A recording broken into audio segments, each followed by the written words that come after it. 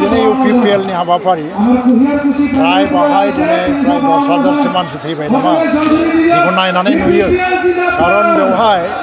जेसेबांबार जिबनाव मिटिं खालामबाय आं एसेबां गेजारिं जाखो बेनिफ्रायनो दिन्थि खैराबारि ओनसोलाव UPPL हान्जाया मानसिफोरनि गेजेराव बिराद जनप्रिय जादों आरो UPPL खौ फोथायनाय लाबोदों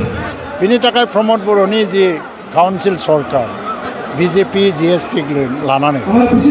दिनै सेल्फ हेल्प ग्रुपनो फैसा होदों अनसाय बिथांखि गियान सोरां बिथांखि सुपार 50 लामा सामा MGNरेगानि खामानि गासैखौ लाजोबनानै रायजोफोरनि गेजेराव मोनसे बिश्वास फैदों होननानै आं सानो ओंखायनो दिनै आंनि खावलायनाया बेनो फैगौ MP इलेक्सनाव जे जोङो मित्र ज'टनि केन्डिडेटनो भट होनांगौ केन्डिडेटआ सोर जायो बेजों खोथा नङा दिल्लीयाव जोंहा नरेन्द्र मदिखौ प्रधानमन्त्री बानायनांगौ NDA सरकार लाबोनांगौ आरो आसामाव 14टा लकसभा समष्टि दं बेवहाय 12टानिबो बाराखौ मित्र ज'टआ देरहानांगौ दा बे हिसाबै BTC आव मोननै दं बे जोंनि दायित्व मोननैखौबो जों देरहानांगौ क'क्राझाराव जोङो मित्र ज'टनि केन्डिडेटआ प्राय माने 6 लाखसो भट लाना देरहालांगोन आरो बेवहायबो जों आं आसा खालामो दिनै मानसिफ्रा जेरैबायदियै बाय BPF गैला BPF आ जोब्बाय BPF आ मैया भैरबकुन्द'आव 3000सो मानसि गेदारिं खालामदोंमोन थांनाय समाव हयथ' भट होनाय मानसिफ्रा फैदों बहुद माबा माबि बुंदों 60टा समष्टिया जाया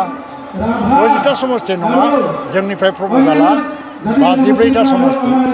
आरो 10 नमिनेट आरो बे जायनि बाथ्रा गैया आं बिनिनो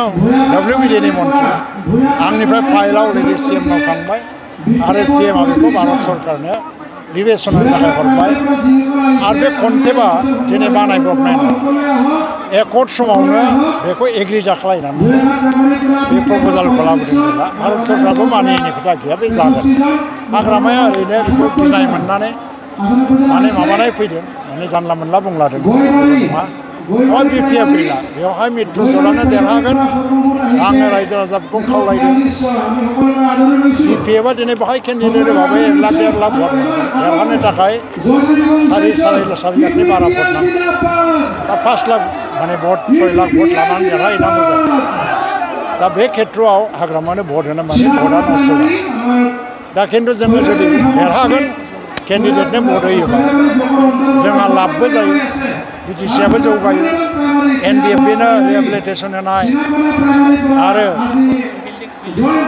मुंख्लं न'खरनो एक्सग्रेसिया होनाय आरो बिदिनो एकर्डनि गासै दफाखौ मावफुंनाय सिमा बारायनाय बेफोर हाबाफारिखौ मावलांनांगौबा दिल्लीयाव दा नरेन्द्र मदिनिनो गभर्नमेन्ट फैनांगौ खारन एकर्डआ बिसोरनो खालामदों जिहेतु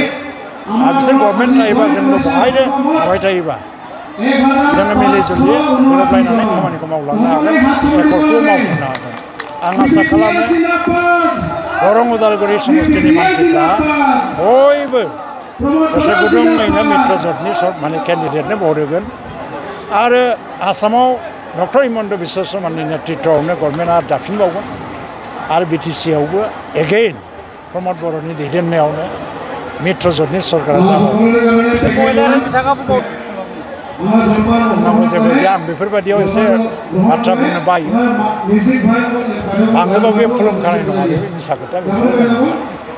आरो मोनसे खोथा होबावनो हागोन नामा जे BPF खौ सिफायनानै UPPL आव निति गथ'आबो जयेन जागोन बांमारोब्ला खुलुमनायल' नङा BPF दलखौनो सिफायनानै निति गथ'आबो UPPL दलाव जयेन जागोन होननानै बुंनांगौ बेफोर खोथाया राजनितियाव खुनु भेलु गैया जायोबा UPPL खौनो सापर्ट खालामनाय जायाखै होनबा बे